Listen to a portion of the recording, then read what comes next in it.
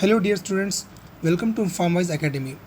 In this today's lecture, we are going to discuss about the transport across cell membrane. Okay.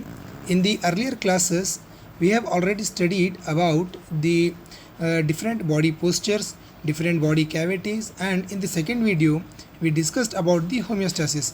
Now in the third video, we are going to start the transport across cell membrane. Now let's get started.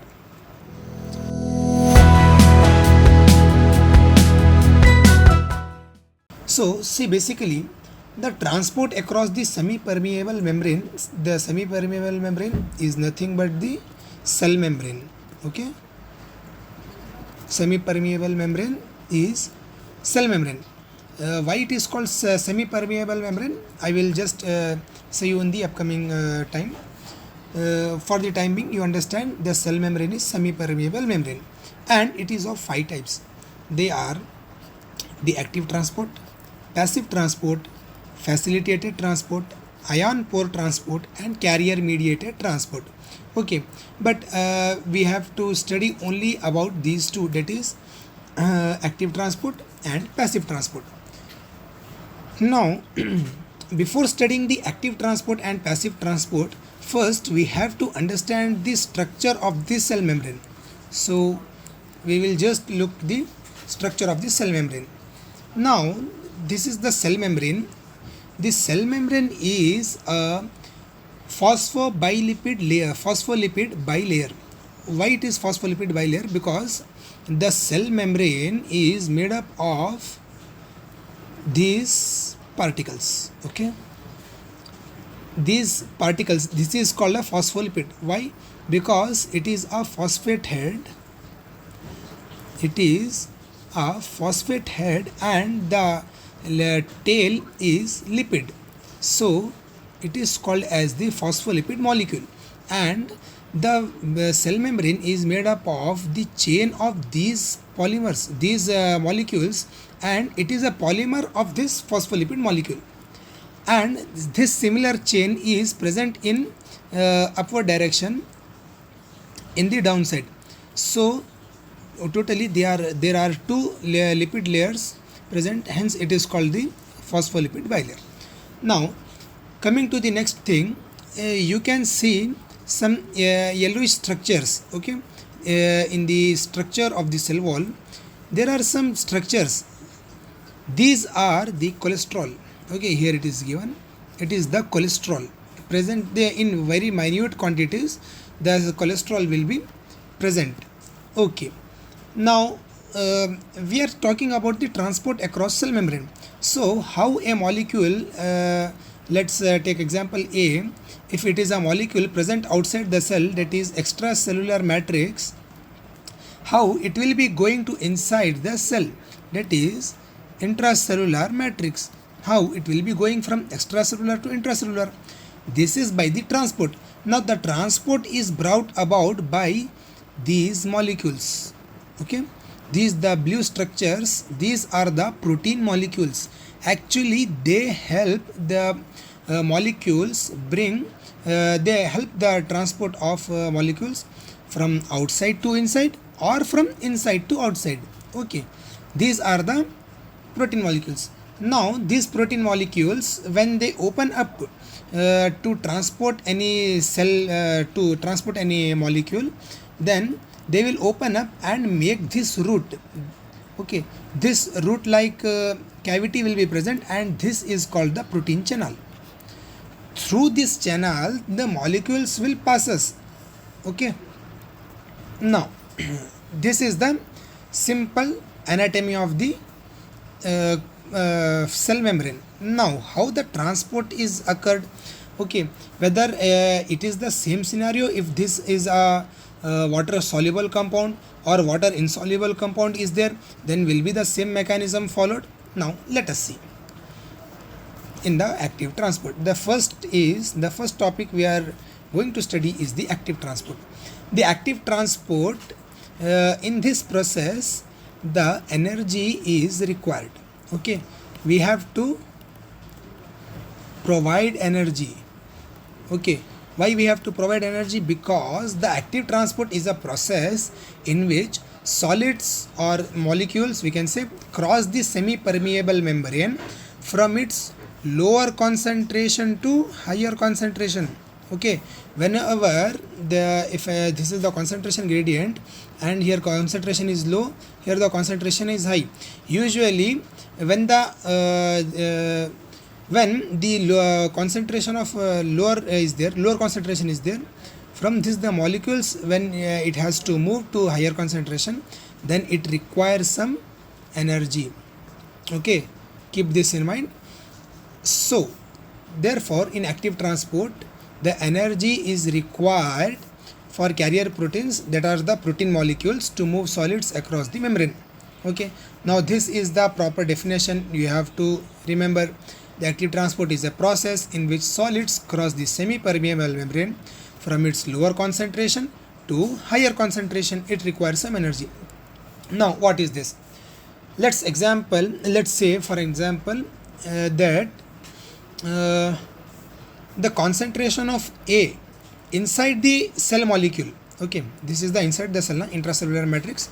The concentration of A is more and the concentration of A is less, but due to some reasons the cell requires A. Okay, if cell requires something, okay, if a cell requires something, then the signals will be passed that this particular molecule we require, send it inside. So but the concentration of A in the extracellular matrix will be low. So by applying energy, okay, by here the active transport comes in the picture. By applying energy, the molecules will pass from the extracellular matrix to inside, that is intracellular matrix. Okay, here the concentration of A molecule is low, here the concentration of A molecule is high. So across this concentration gradient, we have to pass the molecule, we require the energy, and this energy is in the form of ATP. We all knew it. Okay, this is the simple process, students. Follow up. Okay, now I'll just clear this. Next we will be moving to the next topic, that is passive transport. Okay, now coming to the passive transport. Now what is the passive transport? You already understood that active transport is a process in which energy is required. Exactly opposite to that, it is a process in which the solids cross the semi-permeable membrane against its concentration gradient. Okay, against its concentration gradient from higher concentration to lower concentration. Okay, there in the active transport, the molecules were passing from low concentration to high concentration, but in the passive transport, the molecules are transporting from higher concentration to lower concentration. Therefore it does not require any energy. Energy is not required. Okay, some examples of the passive transport I list out to you here. You all know diffusion. Okay, what is meant by diffusion? What is meant by osmosis? We have all studied these small topics in our previous classes. Okay, these are the very small topics. Now these diffusion and osmosis both follows the passive transport mechanism. Okay, this is a mechanism or process. Okay, the diffusion and osmosis both follows the passive transport. Okay, is this clear? So now coming back to here. Okay, now sir, what is your passive transport? Okay, first we will talk about diffusion. Okay, students, what is diffusion? Any guess? Same I'll write here.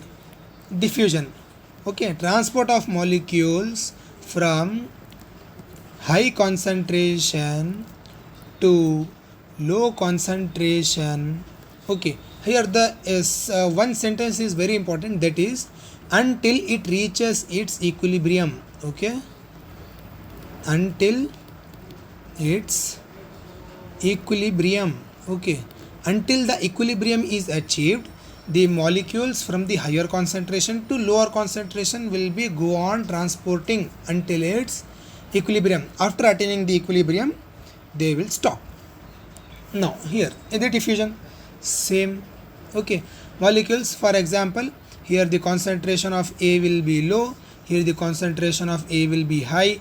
Without the need of energy, the A will be automatically transferred inside the cell whenever required by the cell through the passive transport or so called diffusion.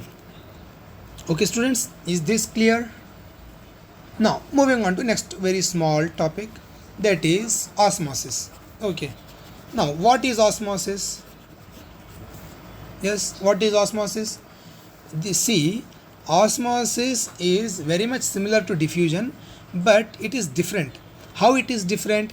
In diffusion, high concentration to low concentration, the molecules are transporting, but in the osmosis, the water, okay, your water is transporting from the region of high concentration to low concentration until its equilibrium. Okay, same thing, if water is transporting from higher concentration to lower concentration, then it is called osmosis. When molecules or substances or solids, whatever will be there, if they are transporting from high concentration to low concentration, then that will be the diffusion. Okay, now some more important related terms related to osmosis. The first one is endosmosis. Okay, what is the endosmosis? When the water gets entered into the cell, okay, water is entering the cell. When water enters the cell, this process is called as endosmosis. Now exactly opposite to it is exosmosis. Okay, what is exosmosis? Exosmosis is the process of water removing from cell. From cell the water is leaving. Okay, water is removing from cell. This is known as exosmosis. Now these are the water entering and removing. Okay, now there are some more terms. Okay, there are some more terms that is we will try to understand in this class, which are very much important, that is hypertonic and hypotonic. Okay, hypertonic and hypotonic. Okay, now what is hypertonic? Can you break the terms and see what the meaning is coming out from the hypertonic? From the hypertonic, the hyper means high and the tonic means tonicity. Okay, so the solution which have high concentration than normal, okay, than normal or than that of cell. Okay, now the isoosmolarity of the cell is 0.9% NaCl. Okay, so whenever you are in the hospitals, you will be seeing that 0.9% saline doctors will be suggesting. This is isoosmotic with our blood. With our all body system, the 0.9% is isoosmotic. Okay, so if the solution it contains some concentration of molecules higher than this range, then it is called as hypertonic. And in this case, if the cell is placed, in this case the cell will get swollen or bulged, because the movement of ions, movement of particles what will be present in the hypertonic solution, they will get inside. And exactly reverse to the hypotonic, it is the solution containing low concentration than normal or than that of cell. In this case what happens? This cell will get shrink. Okay, why shrinking will happen? Because it is the concentration of molecules is less in the solution. Therefore, through the diffusion, the movement of particles will be from higher concentration to lower concentration. Therefore, the shrinking takes place. Okay, now another important term is isotonic. Okay, now I think you have already guessed it. Was the isotonic? Which have same which has same osmotic pressure. Okay, when the solution is isotonic, then net movement, okay, net movement of molecules is zero. You have to keep remember this, that in the isotonic solutions the net movement of particles, net movement of solutions will be zero. So that's all students for this today's class. We will see you in the next class. Thank you.